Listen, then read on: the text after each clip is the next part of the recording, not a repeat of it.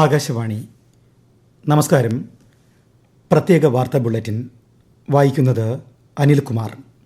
5 ദിവസത്തെ ഇന്ത്യ സന്ദർശനത്തിനായി Maldives president doctor Muhammad Muizzu ഡൽഹിയിലെത്തി.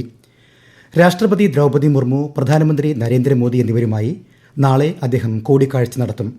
Bengaluru, Mumbai നഗരങ്ങളും മാൽദ്വീപ്സ് പ്രസിഡന്റ് സന്ദർശിക്കും. ജമ്മുകാശ്മീർ, ഹരിയാന നിയമസഭാ തെരഞ്ഞെടുപ്പുകളുടെ വോട്ടെണ്ണൽ മറ്റന്നാൾ നടക്കും. വോട്ടെണ്ണൽ കേന്ദ്രങ്ങളിൽ സുരക്ഷ ശക്തമാക്കി. ജമ്മുകാശ്മീരിൽ സെപ്റ്റംബർ 18, 25, ഒക്ടോബർ 1 തീയതികളിൽ 3 ഘട്ടങ്ങളിലായും ഹരിയാനയിൽ ഇന്നലെ ഒറ്റഘട്ടത്തിലുമാണ് തെരഞ്ഞെടുപ്പ് നടന്നത്.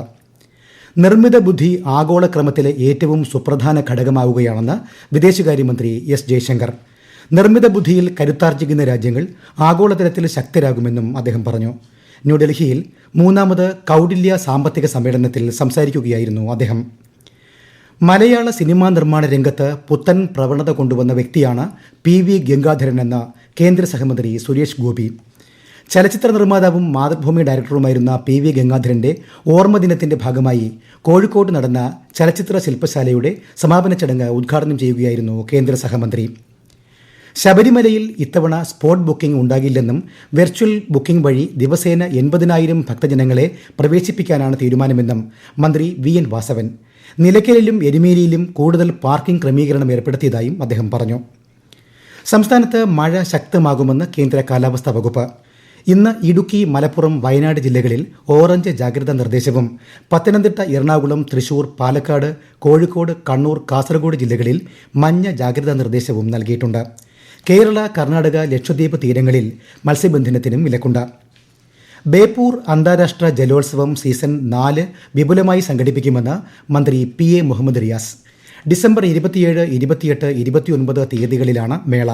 ജലോത്സവ സംഘാടക സമിതി രൂപീകരണ യോഗം ബേപ്പൂരിൽ മന്ത്രി ഉദ്ഘാടനം ചെയ്തു.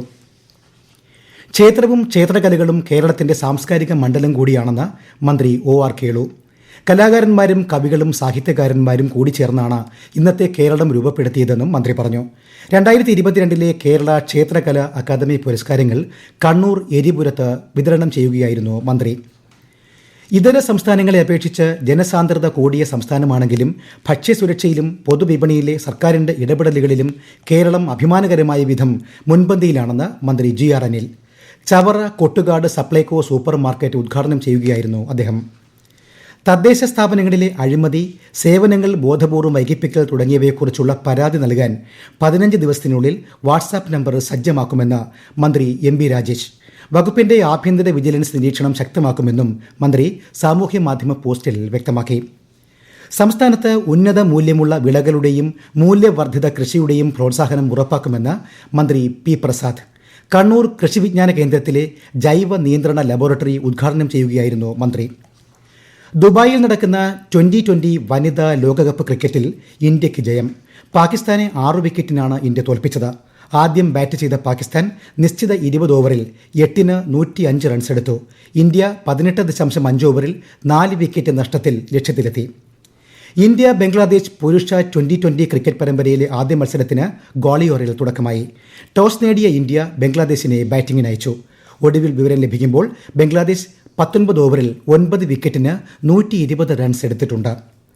2025 മഹാകുംഭമേളയുടെ പരിഷ്കരിച്ച ബഹുവർണ്ണ ലോഗോ ഉത്തർപ്രദേശ് മുഖ്യമന്ത്രി യോഗി ആദിത്യനാഥ് ഇന്ന് പ്രയാഗ്രാജിൽ പുറത്തിറക്കി. മതപരവും സാമ്പത്തികവുമായ അഭിവൃദ്ധിയെയും അമൃത കലശത്തെയും ലോഗോയിൽ ചിത്രീകരിച്ചിരിക്കുന്നു. പ്രകൃതിയുടെയും മനുഷ്യത്വത്തിന്റെയും സംഗമസ്ഥാനത്തെ പ്രതിനിധീകരിക്കുന്ന ക്ഷേത്രം, അക്ഷയാവത വൃക്ഷം, ഭഗവാൻ ഹനുമാന്റെ ചിത്രം എന്നിവയും രൂപകൽപ്പനയിൽ ഉൾപ്പെടുന്നു. മുഖ്യമന്ത്രിയുടെ വസതിയിലേക്ക് സ്റ്റാഫ് അംഗങ്ങൾ എത്തുന്നത് സംബന്ധിച്ച് ചില മാധ്യമങ്ങളിൽ വന്ന വാർത്തകളെ തള്ളി മുഖ്യമന്ത്രിയുടെ ഓഫീസ്. മുഖ്യമന്ത്രി ഓഫീസിൽ പേഴ്സണൽ സ്റ്റാഫിനെ കാണുന്നതും പ്രൈവറ്റ് സെക്രട്ടറിയും പൊളിറ്റിക്കൽ സെക്രട്ടറിയും അടക്കമുള്ളവർ ഔദ്യോഗിക വസതിയിലെത്തുന്നതും സാധാരണമാണ്. ഇതിനെ ചുറ്റിപ്പറ്റി പരിശോധന നടത്താതെ വാർത്തകൾ സൃഷ്ടിക്കുന്നത് മാധ്യമ ധാർമ്മികതയ്ക്ക് നിരക്കുന്നതല്ലെന്നും ഓഫീസ് വാർത്താക്കുറിപ്പിൽ വ്യക്തമാക്കി.